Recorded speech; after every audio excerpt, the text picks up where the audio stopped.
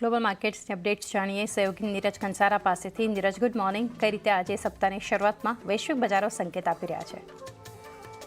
જી good morning ચાંદની। અને આજના દિવસે સંકેતો આપણને થોડાક નબળા મળતા દેખાઈ રહ્યા છે। જુઓ, શુક્રવારના દિવસે આપણને જે અમેરિકાના બજારોનું ક્લોઝિંગ જોવા મળ્યું એ થોડુંક ઘટાડા તરફીનું હતું। ડાઉ લગભગ 101 પોઈન્ટ જેટલો ઘટ્યો।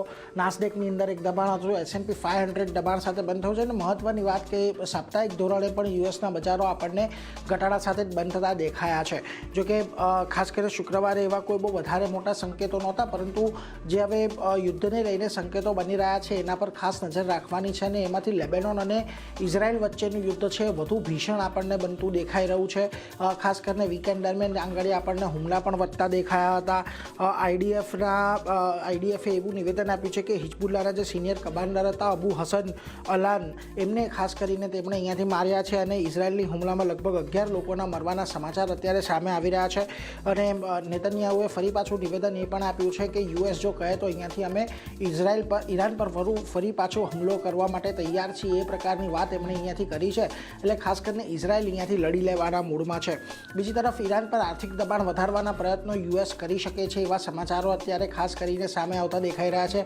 ઓલરેડી ત્યાં આપણને જોયા છે કે ઘણા બધા આર્થિક પ્રતિબંધો લાગેલા છે, પરંતુ સ્કોટ બેસનનું નિવેદન આવતું દેખાયું કે ઈરાન પર આર્થિક દબાણ વધારવા માટે અમે અહીંયાથી પગલાં લઈશું, ઈરાની પોર્ટની નાકાબંધી અમે યથાવત રાખીશું। આ સપ્તાહે નવી યોજનાઓ અમલમાં આવે એવી શક્યતા છે। 2018થી અત્યાર સુધી યુએસએ ઈરાન પર લગભગ 2200 જેટલા પ્રતિબંધ લગાવ્યા હતા, અને કદાચ હજી અહીંયાથી વધુ કડક થાય એવી અપેક્ષા અત્યારે તો બનતી દેખાઈ રહી છે। બીજી તરફ યુદ્ધની અપડેટને લઈને ખાસ કરીને વાત કરીએ તો જુઓ, ટ્રમ્પે અહીંયાથી સંકેત આપી દીધો છે કે ભલે મિડ ટર્મ ઇલેક્શન આવી રહ્યા છે, પરંતુ એ મિડ ટર્મ ઇલેક્શન પહેલાં પણ યુદ્ધ પૂર્ણ નહીં થાય અને કોઈ ફરક નથી પડતો જો યુદ્ધ અહીંયાથી પૂર્ણ નથી થતું તો। બીજી તરફ ઈરાનના આર્મી ચીફે હોર્મુઝને બહુ મોટું એક રણનીતિક હથિયાર ગણાવ્યું છે પોતાના માટે, અને હોર્મુઝ પર નિયંત્રણ કોઈ પણ સ્થિતિમાં બનાવી રાખશે એ પ્રકારની વાત અહીંયાથી ઈરાન દ્વારા કરવામાં આવી છે। જોકે આ બધાની વચ્ચે શનિવારે એક બલ્ક કેરિયર પર આપણને એક અનનોન પ્રોજેક્ટાઇલ તરફથી હુમલો થતો દેખાયો હતો। શુક્રવારના દિવસે એક અન્ય જહાજ પર અને અબુધાબી નેશનલ ઓઇલ કંપની એટલે કે ANDOCના જહાજ પર પણ હુમલો થતો દેખાયો હતો। એટલે હજી પણ સપ્લાય રૂટને લઈને ચિંતાઓ તો એટલી જ યથાવત છે, એમાં કોઈ પણ આપણને ઈઝ જોવા નથી મળી, એટલે એના પર એક ધ્યાન રાખવાનું।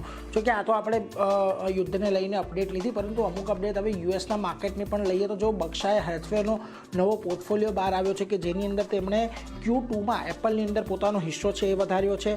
એપલ અને અમેરિકન એક્સપ્રેસ બાદ આ ત્રીજી સૌથી મોટી હોલ્ડિંગ છે, અને ડેલ્ટા એરલાઇન્સ અને અન્ય હોમ બિલ્ડર કંપનીઓમાં પણ તેમણે હિસ્સો વધાર્યાની વાત અહીંયાથી કરી છે। હવે એટલા માટે મહત્વનું બર્કશાયર હેથવે ખાસ કરીને બહુ મોટા રોકાણકારની કંપની છે, એટલે એના પર એક ખાસ ધ્યાન રાખવાનું રહેશે। બીજી તરફ એનવીડિયાએ રોકાણ વધારવાની વાત કરી છે।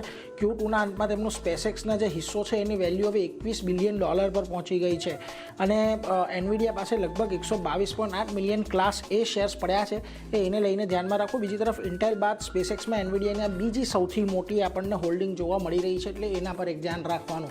જોકે આ બધાની વચ્ચે તમને આજના એશિયાના બજારો તરફથી પણ કોઈ બહુ વધારે તેજીના સંકેતો જોવા નથી મળી રહ્યા। એક તો પહેલાં તો કોરિયાના બજારો આજના દિવસે કામકાજ માટે બંધ છે, પરંતુ જો તમને નિક્કેઈના બજારો જાપાનની અંદર આજના દિવસે થોડો ઘણો ઘટાડા તરફી કારોબાર જોવા મળી રહ્યો છે। બીજી તરફ તમને તાઇવાનની અંદર એક સારી તેજી સાથેના કામકાજ આજના દિવસે 5%ની તેજી છે, કોઈ બહુ વધારે મોટી તેજી નથી જોવા મળી રહ્યા છે। બીજી તરફ તમે આવો હેંગસેંગ, શાંઘાઈ અને સ્ટ્રેટ ટાઈમ્સ પર તો ત્યાં પણ તમને થોડાક મિશ્ર કામકાજ જ જોવા મળી રહ્યા છે।